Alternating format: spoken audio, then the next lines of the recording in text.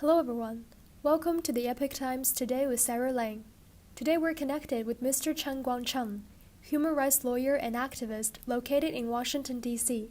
He will analyze the latest situation in the U.S. for us. Hello, Mr. Chen Guangcheng. Hello everyone. This is your first time on our show. We're all looking forward to seeing you. Thank you. Right.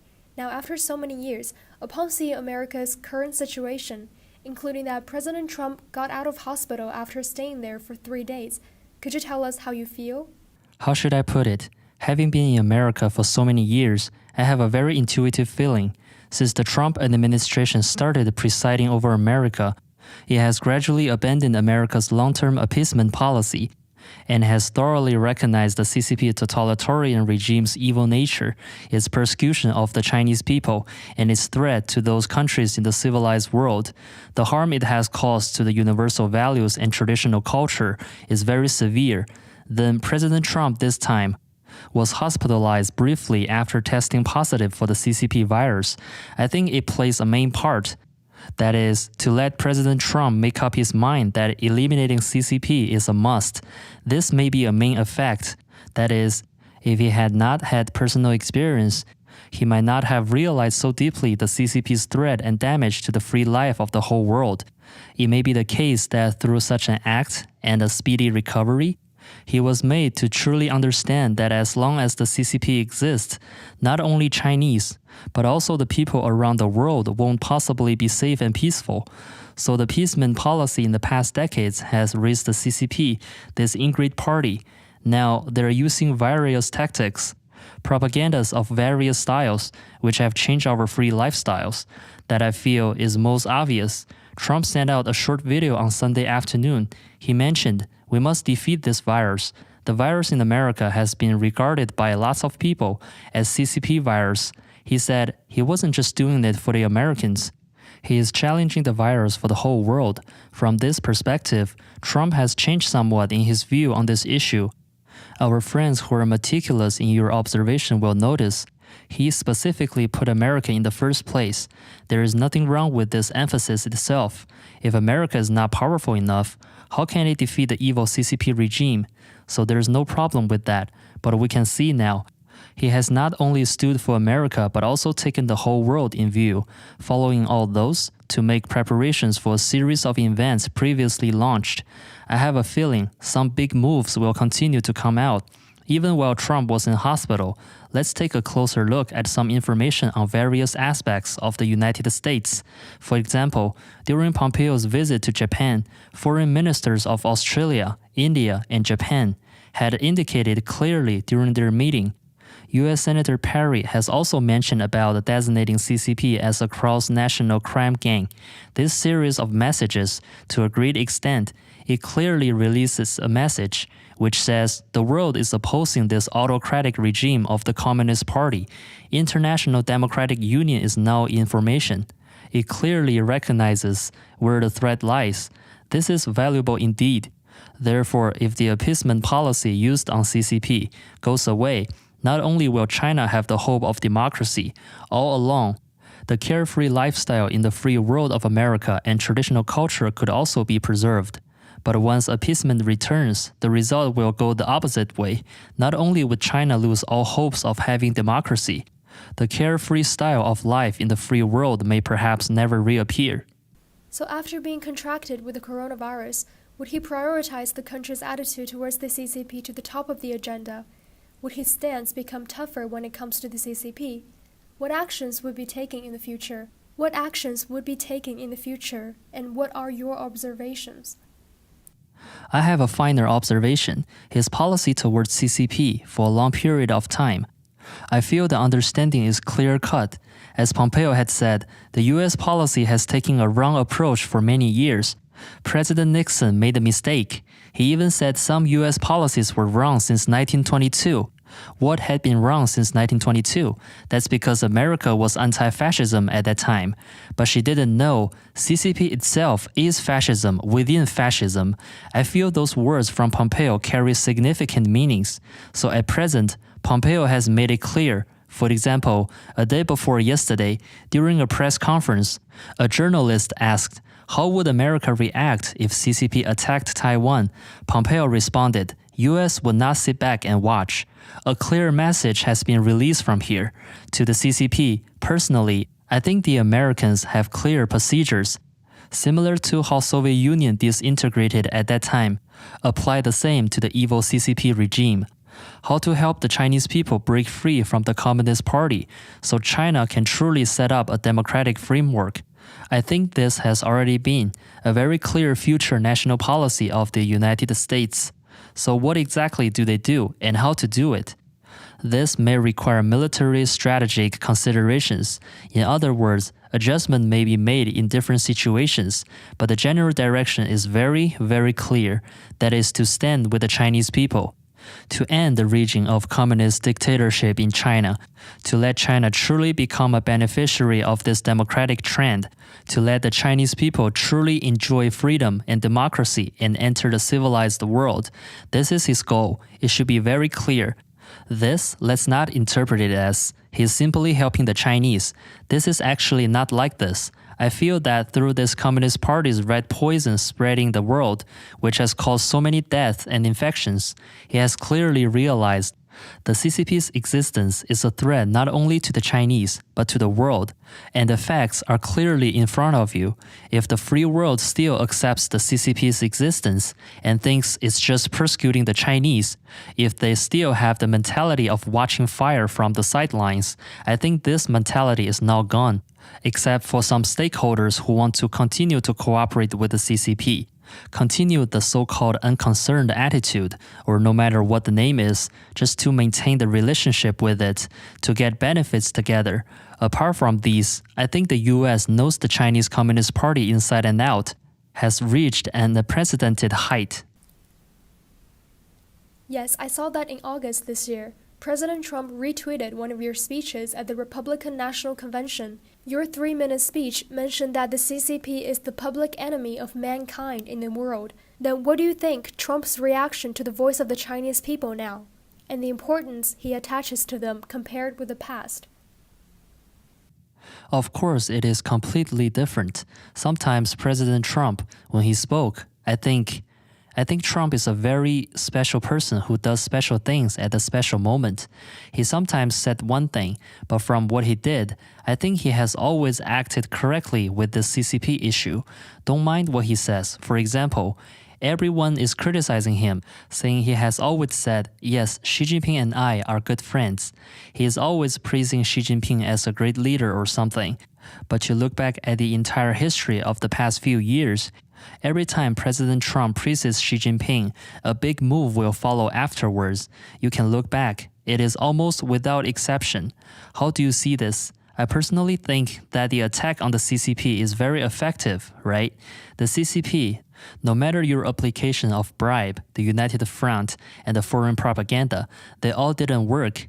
That is to say, I can say very sweet words on diplomatic occasions, but I would keep on doing what I should do. I won't be affected by these things. I do what I should do. From such a perspective, I personally think he should have a crystal clear mind. He may sometimes not say it. For example, you just mentioned that he forwarded my speech. After I finished with my speech, I felt that he quickly forwarded it. Actually, I'm not the first to give the speech, but it seems on his Twitter, if I remember correctly, that my speech was the first forwarded by him that night. So his move was actually very, very explanatory.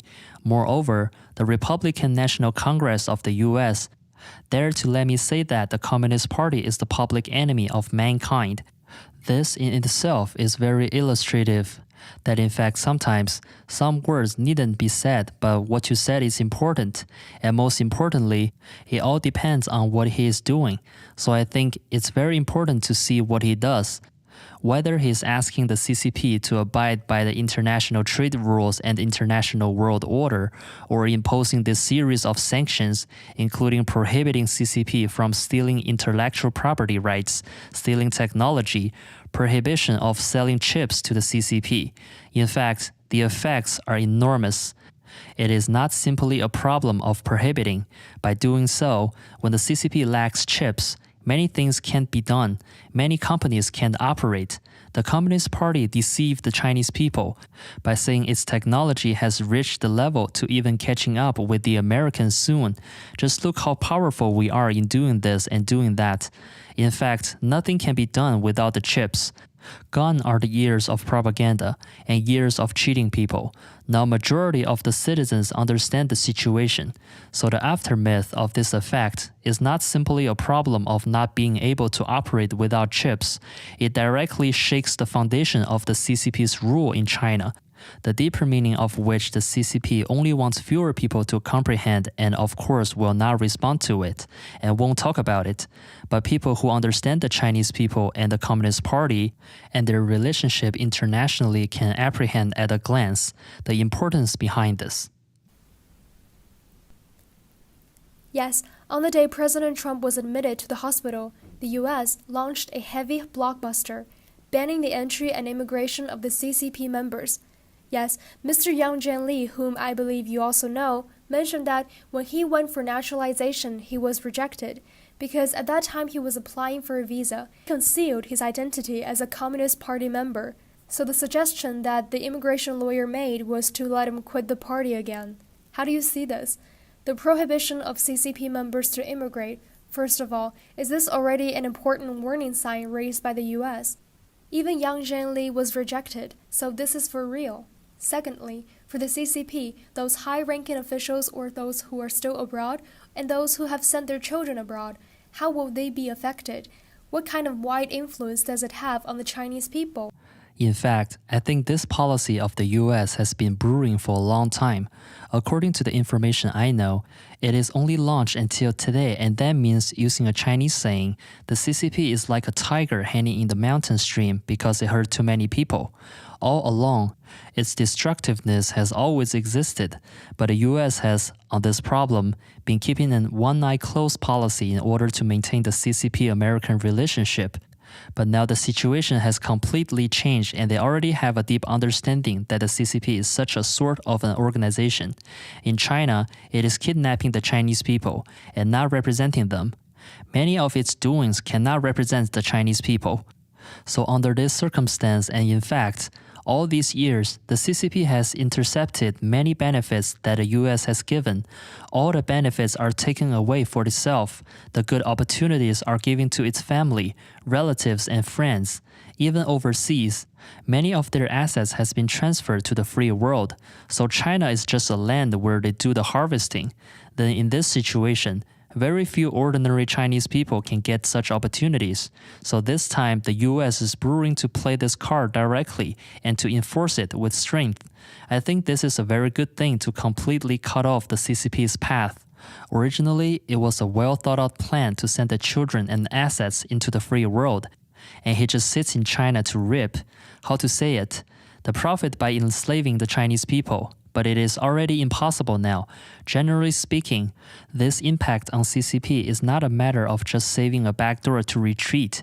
It makes many people inside CCP consider their own personal future. If, say, by relying on the CCP's autocratic system can only let you enjoy and derive benefits, like getting promotions and gathering wealth, these, of course, will make them happy, but when their wealth, life, and personal interests are bundled with the big tree of the CCP, then in time of conflicts, I think every cadre and member of the CCP will definitely safeguard his personal interest first. He will never sacrifice his own interest for the interest of the CCP. Basically, this evil organization, the CCP itself has no centripetal force to keep people. It does not have an ideology to make people feel really happy. The so-called proletariat is something which I dare see there isn't anyone in the CCP who believes it.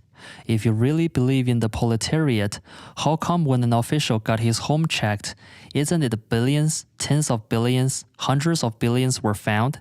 Is that the proletariat? So these things are already known to everyone. Basically, it exists in name only, so its fermentation is still going on. We're only seeing a superficial phenomenon now, and the US policy will not end there.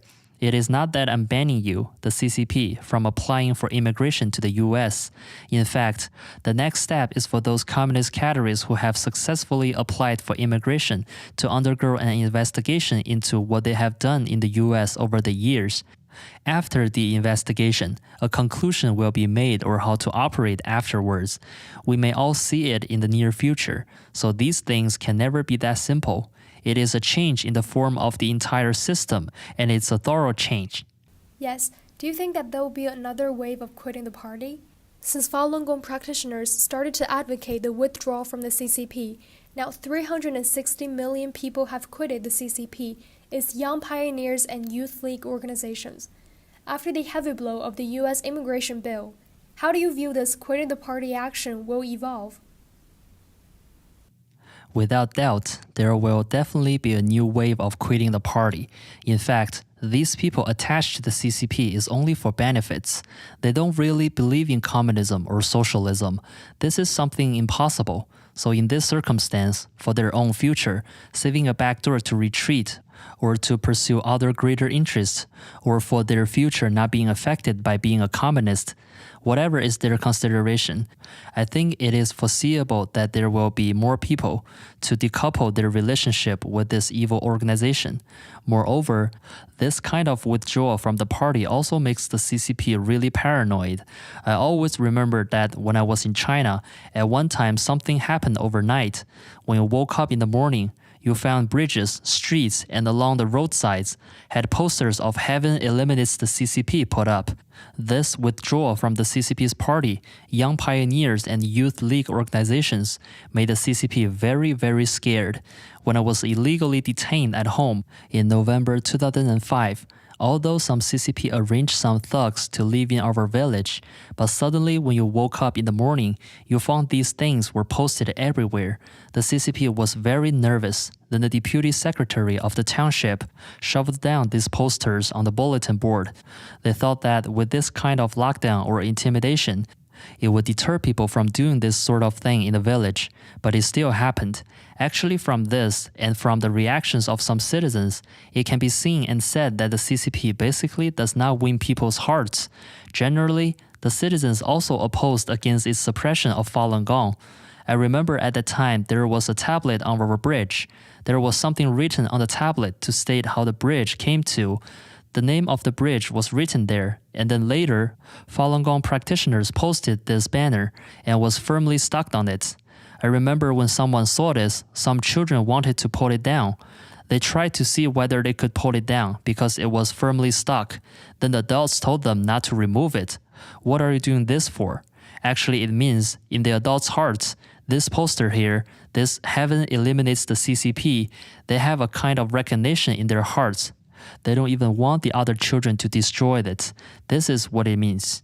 In fact, this reflects to some extent the mentality of the citizens. That's right.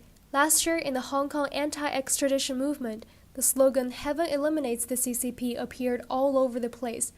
Although with the threat of the Hong Kong national security law, Falun Gong practitioners are still putting up such banners at the size of clarifying the truth on the streets. What do you think of the popularity of this slogan in Hong Kong and the slogan's appearance in the early days in mainland China, as well as its trend in the US? The trend of "Heaven Eliminates the CCP" in the future, how to predict its end day? I think that this Communist Party, its sin is so grave that it causes the anger between God and man. I think it's time for it to perish. Heaven Eliminates the CCP has to be carried out through human hands. So I think this form is actually displayed from different angles, whether it's the awakening of the citizens, their inner recognition, or everyone walk on the street and say no to the evil CCP regime, plus the current major change in the international situation. That's right.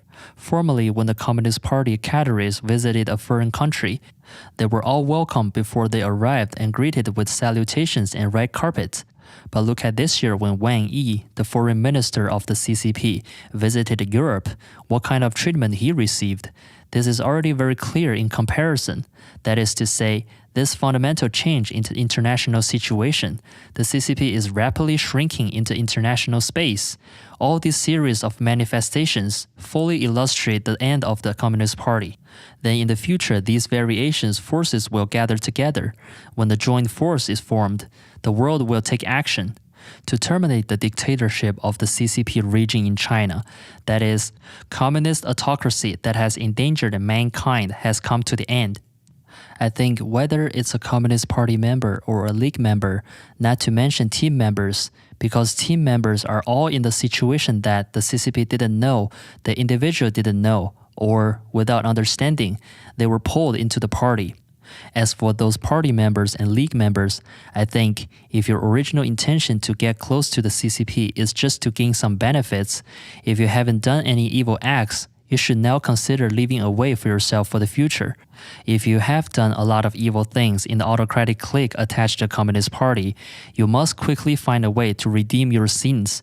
If you continue to associate with the CCP, continue to be the accomplice of the CCP, there is only one result. That is to be buried with the CCP.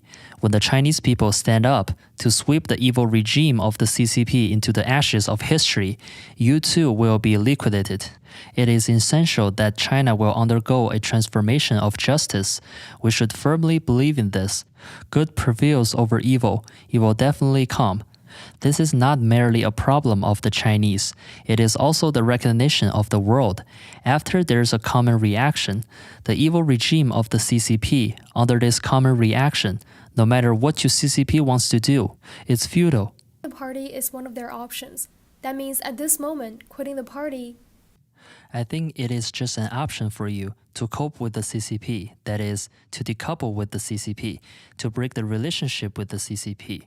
However, if you have already helped the CCP, for example, you have helped the CCP to persecute the believers, to persecute the human rights defenders and human rights lawyers, I think these people, if there is no clear evidence that they can produce to verify that they have performed deeds of merit in atonement for their sins, there is no way for these people to avoid finally being held accountable in accordance with the law. It's because if these people are not held accountable, then the transformation of China cannot be achieved. Therefore, at this time, I think they, nevertheless, have to take advantage of these opportunities to really leave a way for themselves, for their children and grandchildren. As with the saying, iron barrack, floating soldiers, to accept what is immutable. No matter what kind of power you have now, these categories of the CCP may be nothing after a few years. So at this time, leaving a way for yourself is probably the best option.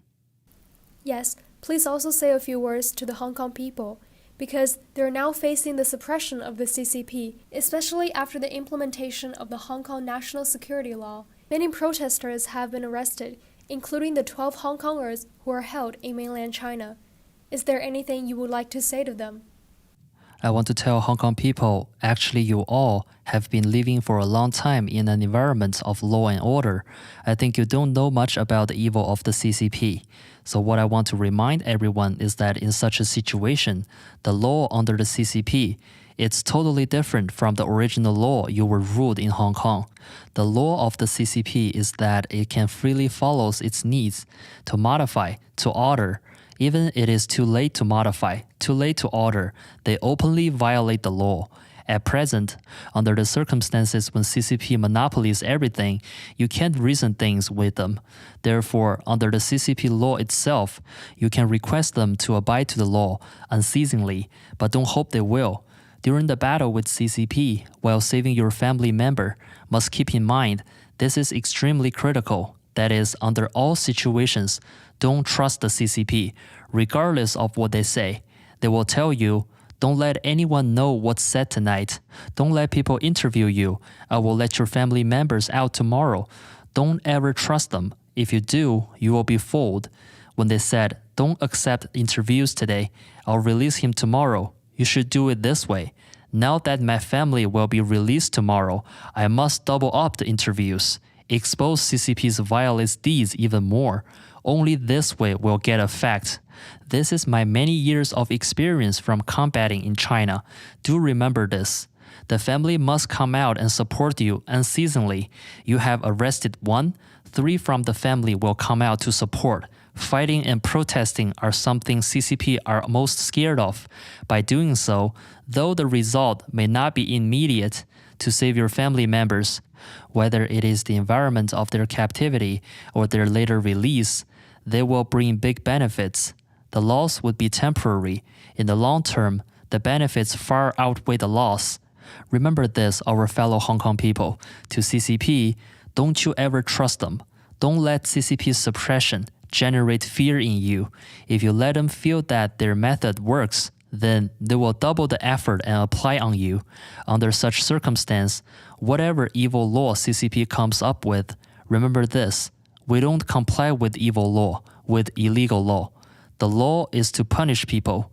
When a certain number deviates from it, when a certain figure is reached, CCP can't do much either. CCP knows they're not silly either. They're using this scare tactic, kill 1 to warn 100, arrest some, suppress some, and intimidate the lot. That's their aim. They can't arrest the whole lot. At present, families of the 12 Hongkongers being held in China have come to a bottleneck. Those young people are assigned with government lawyers by legal aid, but their own civil rights lawyers could not represent them in this case. As a civil rights lawyer operating in China, under such a circumstance, what suggestions do you have for them?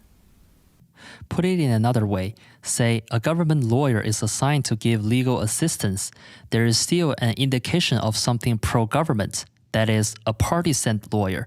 The party simply assigned someone to occupy your lawyer's post, so you can't have your own lawyer. That is what it means. Under such a situation, you may simply get to the point and say he does not have a legal representative. The official lawyers either assigned to assist or persecute them, and the police who arrest them are all minions of CCP. They are not there to help. Don't be fooled by CCP. As long as our nominated lawyers are not allowed to represent the detainees, it simply means they are not legally represented. The process is illegal. Must stick to this argument, not any others. That's the CCP way. Beguiled by their superficial actions, when you believe in their words, CCP officially send their lawyers to fool you. You accept it to the detainees are provided with legal aid. Actually not. Those lawyers, they're there to help CCP to harm you. Are they really lawyers sent to speak on your behalf? Aren't you clear of the concept yet? That is another stick CCP uses to bash you with. From the outside, they're provided with legal assistance. But are they really lawyers? Definitely not. Must be clear of this concept. Lawyers from CCP means there are no lawyers. In Hong Kong, there are some lawmakers or representatives who are providing assistance. They have found new evidence. The arrest of the 12 people is very likely a conspiracy between China and Hong Kong. So the police had prior knowledge. They were within the Hong Kong territory. They were arrested at sea and then sent to mainland China to be detained. Under such a circumstance, from the legal aspect, how are civil rights protected? Under this circumstance, in fact, it is no longer a pure legal issue. From the legal aspect, of course Hongkongers will insist, using the inherent law of Hong Kong to protect their rights and continually demand CCP to keep to the law. This must continue, even though it may not have too much effect, but it will create an effect in other areas. The next thing to consider would be the matter itself. That is, it is a form of CCP suppression and a type of animation to Hong Kong. From this perspective, whatever protest movements follow, Hong Kongers must ensure that the international community is not decoupled with this big environment, where the evil CCP's autocratic regime is known to all. From this perspective, as long as this big environment is kept in contact, following an in-depth penetration by the international community, CCP's attack on the freedom of Hong Kong and its desire to destroy Hong Kong's rule of law will retreat. The next stage, the question of would the regime be allowed to continue to survive, would be CCP's first issue, as by then, all other Hong Kong issues would have resolved. So the main thing is, during the process of suppression of Hong Kong by CCP, whatever the methods everyone selects to counter is acceptable. There is only one which CCP must know. We will never compromise. We will fight to the end. You only need to send out the message and you will win. Thank you, Mr. Chen. We'll see you in our show later. Thank you, everyone. We look forward to more interviews with you. Okay, thank you everybody. Bye.